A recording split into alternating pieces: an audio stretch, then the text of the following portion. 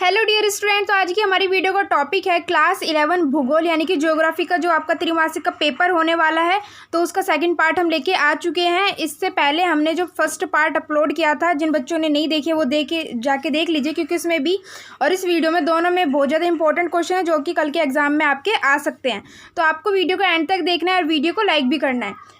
तो इस वीडियो में हम आपको 1 नंबर वाले, 2 नंबर वाले, 3 नंबर वाले, 4 नंबर वाले सभी क्वेश्चंस बताएंगे और जिनके भी आंसर्स पॉसिबल हैं सभी के आंसर्स भी बताएंगे।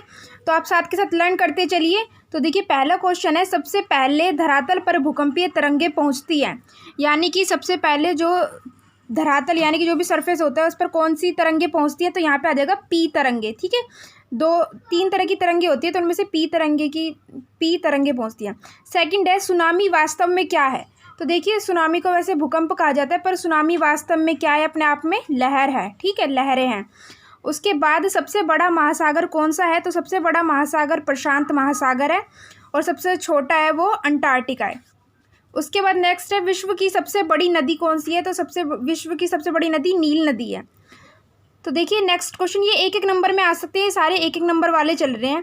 आकाश गंगा के बीच की दूरी को किससे नापते हैं।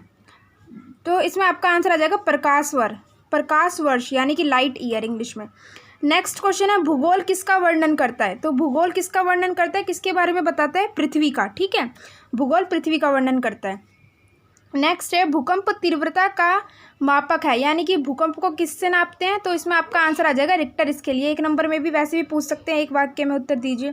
उसके बाद नेक्स्ट क्वेश्चन है, बुग्याल शब्द का अर्थ क्या है।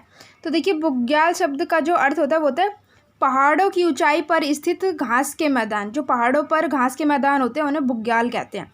उसके बाद नेक्स्ट क्वेश्चन, भारत की सबसे लंबी स्थलीय सीमा किस देश के साथ है। तो बांग्लादेश। अच्छे से याद कर लीजिए और सभी आंसर्स के लिए आपको वीडियो को एंड तक देखना है, बीच में स्किप नहीं करनी है।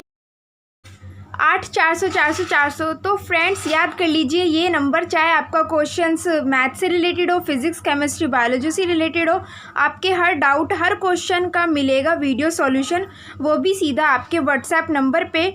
बस अपने नंबर में आपको 8 400 400 400 नंबर जो ऐड करना है, उसके बाद अपने क्वेश्चन की फ़ोटो खींचनी है, उसे क्रॉप करना है और उसका आपको वीडियो सॉल्यूशन मिल जाएगा 5 सेकंड के अंदर।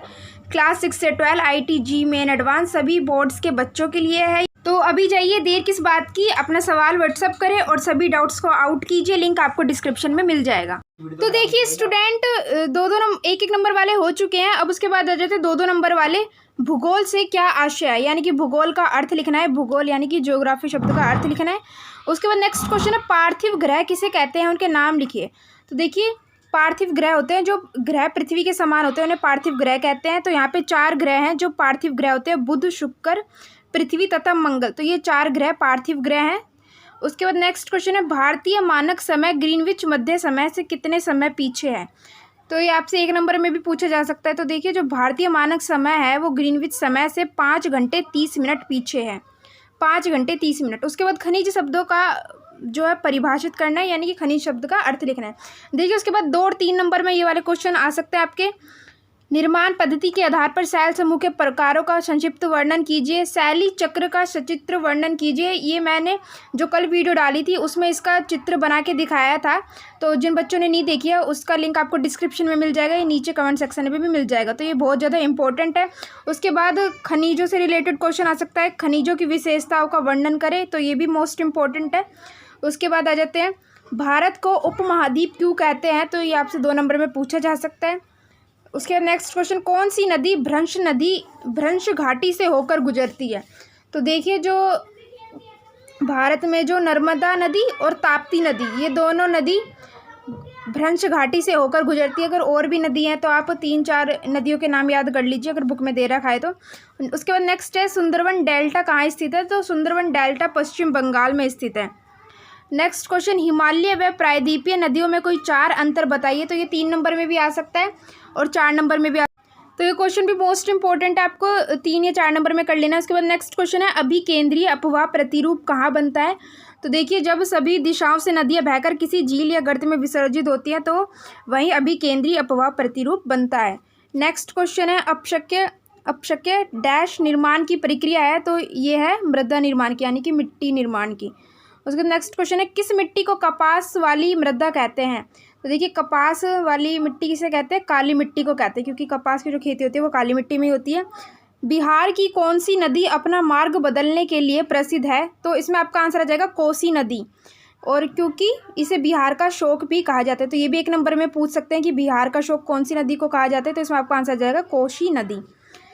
उसके बाद नेक्स्ट क्वेश्चन है, पारिस्थितिकी तंत्र क्या है? तो यहाँ पे इसका मीनिंग लिखना है, तो ये भी आपके एग्ज़ाम में आ सकता है। इनके आंसर्स भी हैं, आपको अच्छे से याद कर लेने हैं। तो पारिस्थितिकी तंत्र हो गया। उसके बाद नेक्स्ट क्वेश्चन, भूकंप किसे कहते हैं? तो ये 2 नंबर या 1 नंबर में पूछा जा सकता है। भूकंप या भूचाल पृथ्वी की सतह को हिलने को कहते हैं, ठीक है। यह पृथ्वी के स्थलमंडल में ऊर्जा के अचानक मुक्त हो जाने के कारण उत्पन्न होने वाले भूकंपीय तरंगों की वजह से होता है। तो यहाँ पे भूकंप किसे कहते हैं, इसका अर्थ लिखा हुआ है, ये भी आपको कर लेना है। नेक्स्ट, पटल विरूपण से क्या आशय है? तो देखिए, भी इसे चैप्टर में से ये भी आ सकता है। उसके बाद नेक्स्ट क्वेश्चन आ जाते हैं, धात्विक खनिज के उदाहरण तो देखिए, खनिज 2 प्रकार के हैं, धात्विक और अधात्विक। तो दोनों में से किसी के भी उदाहरण आ सकते हैं, शायद 1 नंबर में भी आ जाए, 2 नंबर में भी आ जाए। तो यहाँ पे धात्विक खनिज के उदाहरण दिए गए हैं, लोहे, अयस्क, निकेल, कोबाल्ट। अधात्विक खनिज के उदाहरण है अभ्रक, सल्फर, पोटाश, लवण। कौन सा मंडल स्थल मंडल को वर्णित करता है? तो इसमें आ जाएगा भूपटल व कोड स्थल मंडल को वर्णित करता है। तो 1 नंबर में पूछा जा सकता है आपसे। उसके बाद नेक्स्ट क्वेश्चन आ जाते हैं आपके 3 और 4 नंबर वाले प्रश्न, जो कि 3 और 4 नंबर में आ सकते हैं।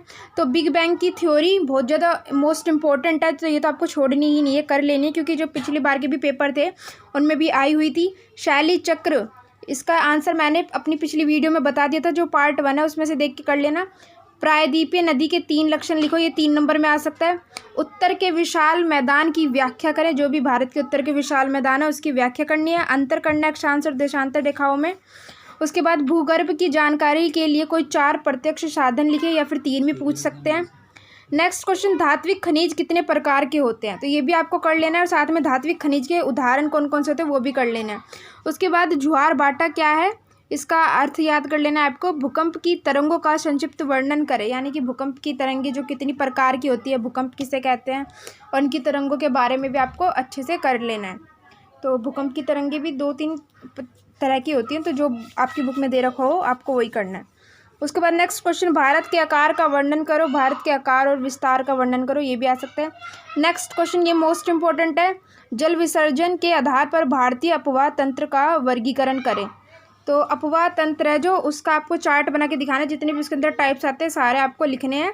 तो स्टूडेंट, ये थी क्लास 11th की भूगोल के जो पेपर में आपके क्वेश्चंस आने वाले मोस्ट इंपॉर्टेंट, उनकी वीडियो।